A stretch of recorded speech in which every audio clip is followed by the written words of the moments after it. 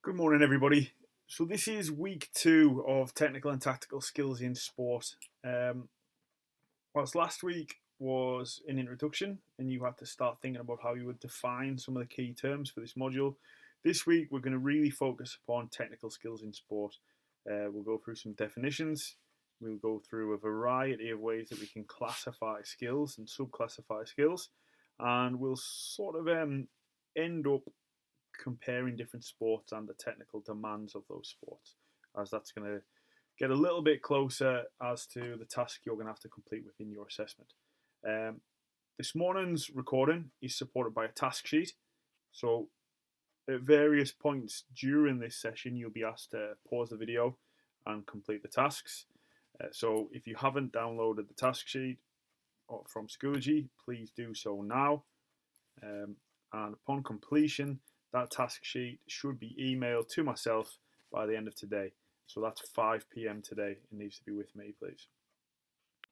The key aspect of this module then, obviously techniques, tactics, but this idea of a skill and skilled performance. For a number of you, when you submitted your tasks from last week, I sort of queried the idea of your definition, that you'd certainly defined what a technique was, but missed out the aspect of the skilled idea around that technique. So it's worth, first of all, just visiting this definition here. It's quite old, Knapp, 1963.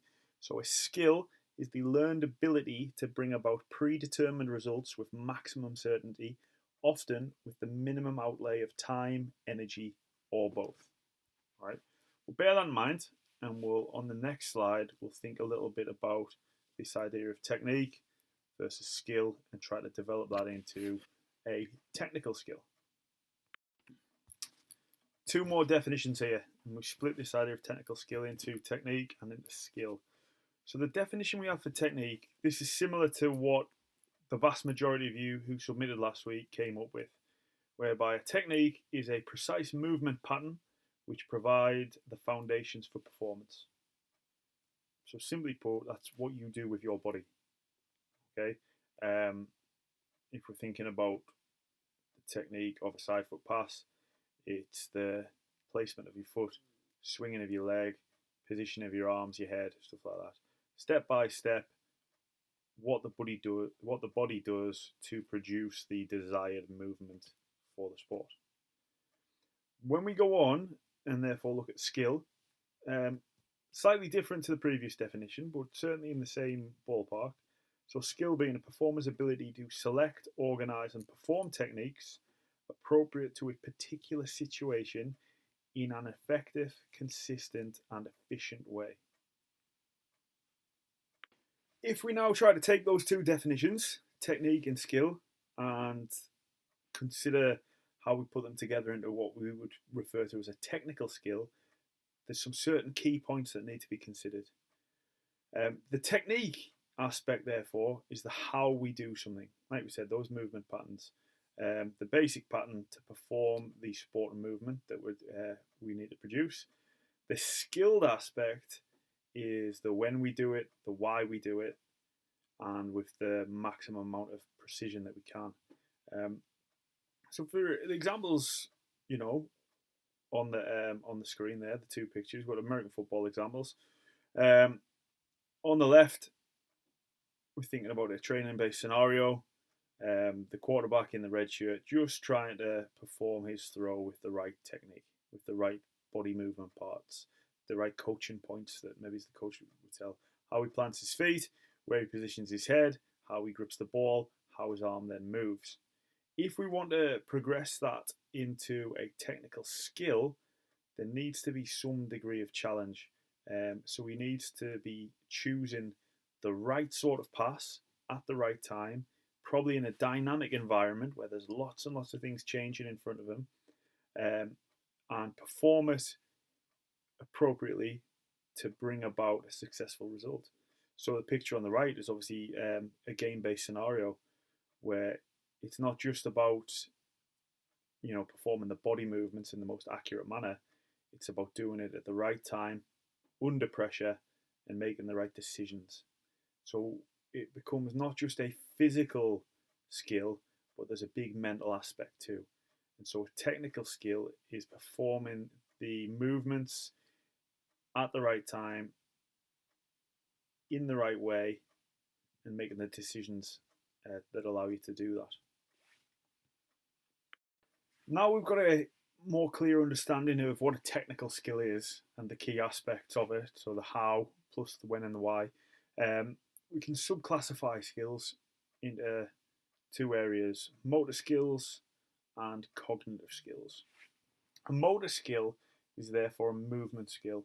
Um, this doesn't necessarily have to be a sports-related movement skill, but something that involves movement of musculature of the body. So walking, running, jumping, throwing, catching, these are all motor skills. Right? Motor skills can then be further subdivided into what we know as gross motor skills and fine motor skills. The difference between these two is the size of the body parts really that are being used. So gross motor skills utilize large musculature in the body. The examples I just gave before, they're all gross motor skills: walking, running, jumping, throwing, catching, kicking. We use large muscle groups, large body parts to perform the movements that are required. A fine motor skill then requires a much higher degree of precision, and therefore uses smaller parts of the body and smaller musculature to produce the desired outcome. Writing would be a fine motor skill. Turning the pages of a book would be a fine motor skill. Most the things that you do with your fingers and hands would be classed as fine motor skills. There is a place for them in sport, and if you think about sometimes the very, very skilled performer may utilize a fine motor skill to add finishing touches, as it were, to a gross motor skill. So if we take tennis, for example, if we are trying to perform a forehand shot with a lot of backspin, the large movement of the arm to strike the ball is going to be a gross motor skill. However, the smaller movement of the wrist to angle the racket that allows the backspin is a fine motor skill. So we do see examples of them both occurring, but of course gross motor skills are much, much more common. Our next classification is cognitive skills. Cognitive referring to things where thought is required in the brain. So cognitive skills, particularly in sport, are things where we've undertaken a certain amount of learning, where we are problem solving, where we are making decisions. Hopefully this is occurring a lot. And what we find is, particularly with younger performers, the cognitive skills can be poorly developed. It takes time to develop those. The human brain is still developing as we get older, and we get better at making those decisions and solving problems and organizing our ideas. But also, experience in sport makes a big difference. There's a lot of situations where you, particularly if you're quite advanced in a sport, you apply prior learning, perhaps even without thinking about it. But when you've been in a situation before, you know what the usual outcomes are for performing certain tasks, and you can pick the right technique to perform at the right time based upon what you've done previously. That's a very, very big cognitive skill. Perceptual skills then kind of feed in. We rely a lot on our perceptual skills to allow us to make decisions, so they can inform the cognitive skills. Perceptual skills are about taking in the sensory information that's available to us and making sense of it so that we can then make a decision based upon that. So it can be, factors such as what we can see, the movement of other players, the position of defenders, the position of teammates. Okay, we perceive them. We might perceive where they're going to move next based on little cues that we see, and that allows us to make appropriate decisions. It could be environmental perception of the environment around us. Which way the wind's blowing. how slippery the surface is. Lots and lots to think about there. So it could be perception of instructions we're being given by a coach. You know, if the coach is shouting to us from the sideline while we're playing, can we take in that information and make sense of it? It could be perception of teammates. You know, a simple example, if we think about a goalkeeper about to face a penalty, he might receive key information from observing the striker who's about to take the penalty, such as where his eyes are looking, the position of his hips, the position of his shoulders, the position of his standing foot, and all of that is his ability to deal with those are perceptual skills. And based upon that, he might be able to get a good idea of which way the opponent is going to strike the ball from the penalty and make a decision about where to dive.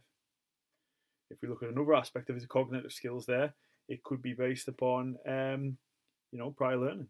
He may well have studied the opponents as to where the penalties normally go and be able to make a decision based upon that. So we can use all of those things in sport constantly, and particularly the more advanced performer will be able to make great use of perceptual skills and cognitive skills to make appropriate decisions at the right time. The first task for today then is to consider the situation we see on screen here. Cristiano Ronaldo about to take a free kick. So what I would like you to do is, for this scenario, we're going to list as many of those previously mentioned skills as possible that might be important within this situation. So can we list the sort of gross motor skills that are going to be utilised when he takes this free kick? And if we can we pick out any particular fine motor skills that may be utilised here? We'll then need to think about cognitive skills, so the thought that's going into it, and also the perceptual skills. What is he going to have to pick up on and make sense of to try and be successful in this scenario? So pause the video now, go to your task sheet, and try and get as many of those down as you possibly can. Technical skills can also be categorized based on how distinct the beginning, middle, and end is. So these technical skills could be classed as continuous, discrete, or serial. A continuous skill is one that has no obvious beginning or end and has a regular rhythm. So a nice example of a continuous skill is cycling. Once you've started on the bike, there's no clear beginning or end to that action of pedaling. Feet go round and round and round. Regular rhythm with no, clear beginning or end to it. A discrete skill is a skill where there is a clear beginning and end, and it should be performed in one fluid movement. So our previous example we were just looking at, the free kick, is a discrete skill. We've got a standing start, a short run up, and a strike of the ball. Okay, and once that ball's been struck and the leg has followed through, that skill's over, and our footballer will then undertake another technical skill to carry on playing in the game. And finally, a serial skill would be a series of skills that occur in quick succession in an orderly sequence to form one bigger movement. So a nice example of a serial skill would be the triple jump in athletics. We have the run up, we have the hop, then the skip, then the jump, landing in the sandpit to recorded distance. Okay, each one of those skills has to occur. They have to occur in that order, and it's classified as one movement, the triple jump. So, task 2. Under these 3 subheadings, I would like you to come up with as many continuous, discrete, and serial skills as you can. What you will find probably is that it's going to be very, very easy to come up with lots and lots of discrete skills. You may have a bigger challenge coming up with a number of continuous and serial skills. But pause the video now and have a go at that on your task sheet. Straight into task 3 now. So again, thinking about these ideas of continuous, discrete, and serial, I would like you to select one skill from each category, and you're going to try and list all of the key technical points that are important for accurate and efficient completion of that skill. So to help you do that, you might want to think of yourself in the role of a coach. If you were to instruct somebody on how to perform that skill, what would you tell them? So I'll give you an example here. So this is not to be used for your discrete skill. We'll talk about placing a side foot pass in football. So the type of technical points you might want to provide there is, let's imagine our player is a right-footed player. So the left foot is to be placed to the left-hand side of the football with the toes pointing towards the person you're passing to. The right foot then should be, and we'll use a little bit of anatomy here as a refresher, we should be externally rotated to open up the inside of the foot. The right foot would be swung backwards and then swung forwards towards the ball so that the inside of the foot strikes the middle of the football. That foot should then continue to swing towards our desired recipient of the pass, and throughout our eyes should be placed on the football to make sure that we strike it in the right place. All right, simple ideas, simple technical points for accurate completion of that skill. So you should now pick one continuous skill from your list, one discrete skill from your list, and one serial skill from your list, and try and provide technical points for successful completion of that skill. A couple of more things we need to consider about our technical skills, which are going to help us really compare the technical demands of different sports. The first one being the environmental continuum. This is the degree to which the performance of a technical skill is affected by the environment around the player. And all these skills will be placed on a continuum from being an open skill to being a closed skill. If we start with a closed skill, then that would be something that cannot be affected by the external environment. There's no influence of anyone or anything else upon the performance of the skill, and the athlete is free to perform that technical skill unchallenged and unaffected. The opposite of that being the open skill, where there is a large environmental factor that plays upon that performance. So the player doesn't have total freedom to do the technical skill, and they may be challenged by opponents, by the weather, by the surface, for example. The examples on the screen then. On the left-hand side, our player dribbling and attempting to dribble past an opponent. This is an open skill. Okay, he is going to be challenged. He's not free to do his dribbling however he wants because number 3 in front of him is going to be trying to tackle him. So he is under a great deal of challenge. In addition, the condition of the surface is going to have a big impact upon that too. If the pitch isn't flat, that ball's going to bobble. It's going to run in different directions, which is going to make it more difficult for him to perform his technique. And also the weather. If it is raining, if it is windy, even if it's things like extremely hot, that's all going to have an impact upon the performance of his technique. Closed skill on the other side, our player there taking a corner. So what I would say is this isn't a completely closed skill. I'll give you another example in a moment, because there are some environmental factors affecting him. So first of all, his ability to run forward, strike the ball as he wishes, has no opponent in the way. Okay, on a corner, as you well know, the opponent has to be a minimum of 10 yards away, so they can't have any influence on his technique there. What it does have, however, is a couple of those environmental factors we said before. You might be able to guess from the picture, there's probably some wind there, as we can see the flag sticking out to the right there. So we may be impacted upon by that. The weather could also have an effect. If we change the example here, and let's go with a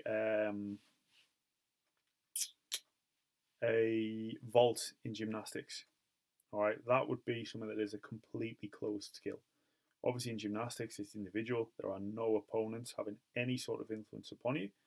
Um, it's indoors in a controlled environment, standardized equipment, no weather conditions to think of, standard surface. So that's a completely closed skill where there is nothing else can impact upon the technique other than the individual themselves. Our final area for consideration then is the pacing continuum, whereby a skill could be placed on a continuum at one end being completely internally paced and at the far end of the continuum being externally paced. So an internally paced skill would be one where the performer themselves makes the decision about when to implement that technique. So in the picture we got a penalty kick. Again, this might not be on the total far end of the continuum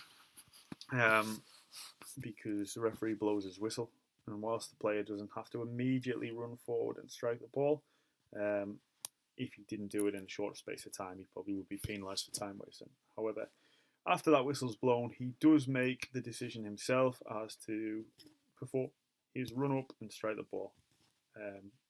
And with that focus being on his own internal decision, that becomes an internally paced skill. If we take,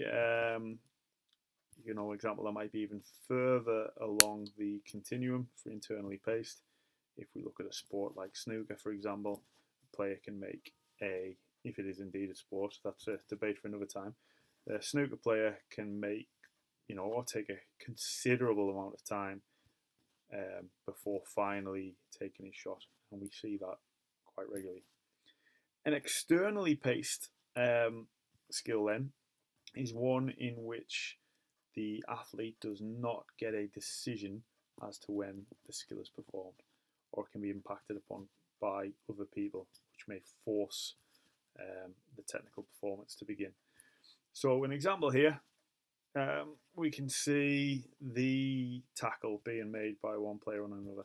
So within a game of football, most of the skills being performed become externally paced, bar set pieces.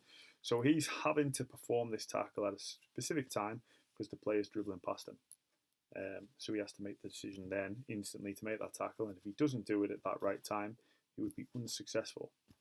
Once again, this probably isn't at the far end of the extreme for externally paced, because there's still a decision-making process. He has to, using all those cognitive and perceptual skills we discussed earlier, he's got to perform the tackle at the right time.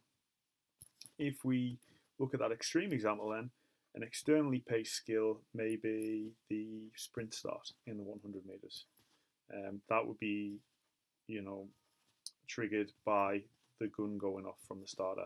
So as soon as that gun goes off, that skill should be performed. And if it isn't performed at the right time, that athlete will be unsuccessful. Task 4 then is your final task for today. So this is the end of the recording, and you should now go off and do this last piece. Once task 4 is complete, you should then email that whole document directly to myself, and so that should be with me by 5 p.m. Tuesday at the very, very latest. So for this task, you're going to produce a piece of writing that compares and contrasts the technical demands of the 3 sports shown below: golf, football, and boxing. Right? In comparing them, you're going to want to consider the full range and sub-classification of skills that have been considered today. So the amount of motor skills that are required, the amount of cognitive and perceptual skills that need to be utilised within the sport, whether the skills are mainly continuous, discrete, or serial in nature, whether they are open and closed, whether they are internal or externally paced. And one final thing you might want to think about is just general complexity of those skills. How complicated are they, or are they fairly simple to perform? All of those factors will have a big impact upon the real technical demand of an athlete within that sport. Okay, It doesn't need to be a massive piece of writing. It could be done effectively in the space of a few paragraphs. So anywhere probably between half a page to a page of writing will sufficiently hopefully compare and contrast these things. Okay. I look forward to receiving those. Thank you very much.